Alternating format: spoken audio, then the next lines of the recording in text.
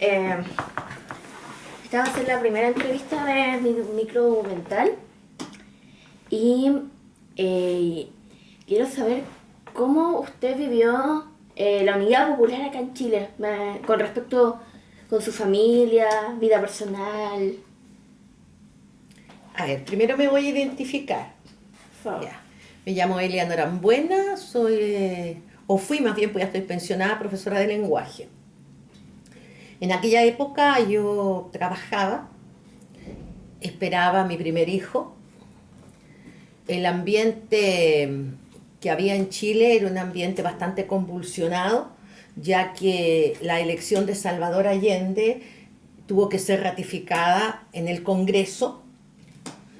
La gente de oposición, por supuesto, desde un comienzo se puso en una postura confrontacional, aun cuando hay que reconocer que esos del 70 al 73 fueron años muy difíciles, por varias razones, porque pienso que Salvador Allende tenía un buen discurso, creo que él deseaba lo mejor para su país, pero lamentablemente se hizo rodear por gente que no estaba preparada intelectualmente para poder enfrentar algunas cosas y por otro lado con muchas ansias de poder.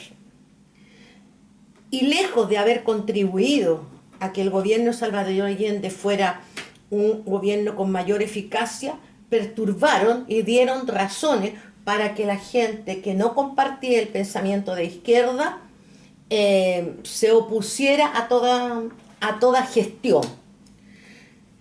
Recuerdo que Salvador Allende incluso nombró militares en, en, su, en los cargos de importantes en algunos ministerios, justamente para poder conciliar el mundo civil con el mundo de los uniformados. Pero no se esperaba que hubiera un golpe militar. En ese Pienso entonces. que hasta el primer año y medio, yo creo que no. Pero después pienso que sí tenía sus sospechas de que algo se podía venir. ¿Y por qué pienso eso? Porque hoy por hoy sabemos que hubo muchos movimientos radicales de derecha que provocaron muchísimo desorden, más los desórdenes que provocaban la gente de extrema izquierda, fueron creando un clima muy difícil de contener, muy difícil de contener. Además, confabuló todo esto el hecho que el pueblo no tenía alimento, el pueblo no tenía acceso ni a lana. Recuerdo, por ejemplo, que nacía mi hijo y no había ni siquiera dónde comprar lana. No, aumentaron los sueldos, pero de nada servía tener plata porque no había que comprar. Se hacían largas filas para poder comprar un medio litro de aceite, un kilo de azúcar. De repente, de manera muy misteriosa, desapareció todo del comercio. Absolutamente todo. Y lo único que circulaba era en el mercado negro o en la JAP, que eran la gente de gobierno que repartía alimentos en las poblaciones. Pero la clase media no tenía acceso a ninguna de esas cosas. Entonces había que hacer largas colas. Toda esa situación fue confabulando para que posteriormente la gente deseara un cambio, sentía que había mucha inestabilidad y empezaron las protestas continuamente para poder, los famosos cacerolazos de la esposa de los uniformados, que decían que tenía que haber un golpe militar porque los militares tenían que llegar al poder para poner orden en este país que estaba tan convulsionado. Y con respecto a su familia, ¿cómo lo vivió su familia? Porque yo supongo que igual sus hermanos, padres, tuvieron bien presente la Unidad Popular. ¿Cómo lo vivieron ellos? A ver, pero ¿cómo lo vivimos desde el punto de vista político o desde el punto de vista de tener acceso a las cosas? Acceso a las cosas, yo diría. Mira, se hacían cola para poder conseguir azúcar y esas cosas, pero en lo personal yo no tuve tanto problema porque teníamos familiares en Chimbarongo que tenían un supermercado y se iba allá y se conseguía carne, se conseguía aceite y alimentos que nosotros traíamos a Santiago y les repartíamos a nuestras familias, ¿ya? Además, mi suegro llegó a ocupar el cargo en la SIC. Él era el presidente del sindicato y cuando la gente de la SIC abandonó la SIC, pidieron que el presidente del sindicato se hiciera cargo de la industria. Por lo tanto, él pasó a ser uno más de las personas que, ¿cómo se llamaban? No recuerdo el nombre que tenían. Porque en Cerrillo había lo que se llama el cordón. Ya. Y cada una de estas fábricas estaba a cargo de una persona. En este momento no recuerdo el nombre. Entonces él tenía la posibilidad de conseguirse de repente una caja de confort, una caja de jabón, una caja de detergente. Y cuando me daban a mí, yo lo repartía en la familia. Recuerdo una anécdota para un año nuevo, para una Navidad, que los regalos de Navidad que nosotros hicimos fueron rollos de confort a la familia, porque no había ni siquiera rollo de confort en las casas. Y era muy bien recibido que tú le regalaras una barrita de jabón, un par de rollos de confort, porque no se tenía acceso. Entonces, lo personal, yo no tuve tanta escasez, dada, ¿verdad?,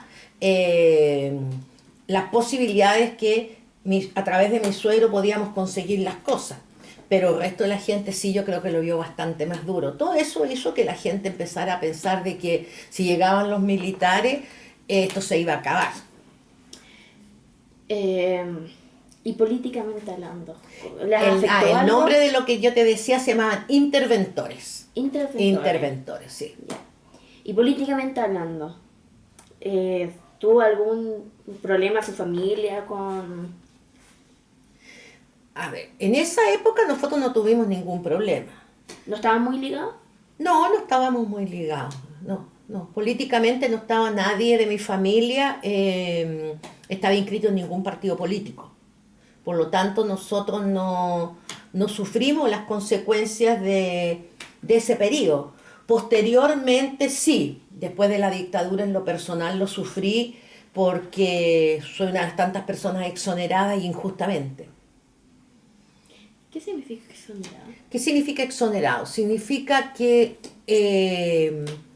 te despiden por razones de tipo política. ¿Ya? Si bien es cierto, yo no estaba en ningún partido político ni nada, pero sí trabajaba activamente en mi parroquia, que venía haciendo pero muchísimos años antes. Hacía las lecturas el día domingo, estaba a cargo del grupo de fraternidad, por lo tanto iba a dejar alimentos a veces de ayuda fraterna a las poblaciones, pero yo creo que lo que máximo me identificaba es que portaba una cruz y consideraban a toda persona que estuviera de alguna manera vinculada con la iglesia, lo consideraban un comunista.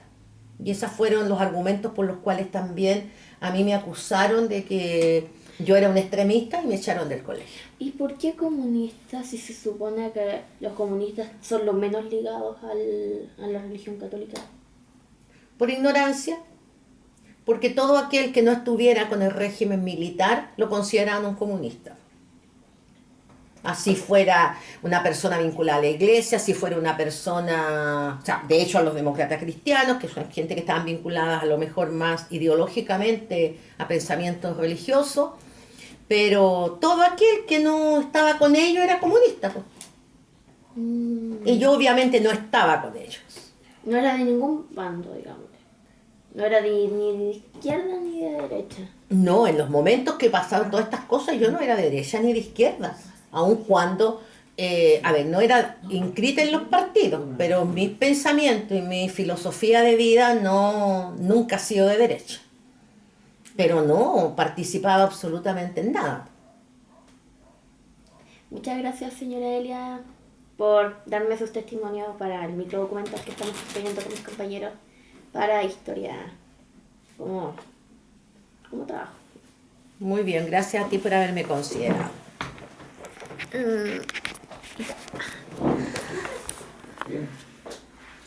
Interventores eran los que estaban. Interventor, ahí me acordé el nombre. ¿Lo jugaremos una brisquita? Oye, me preocupa el auto afuera. Oye. El muchacho dijo que... Sí, pero es que no se ha ocupado.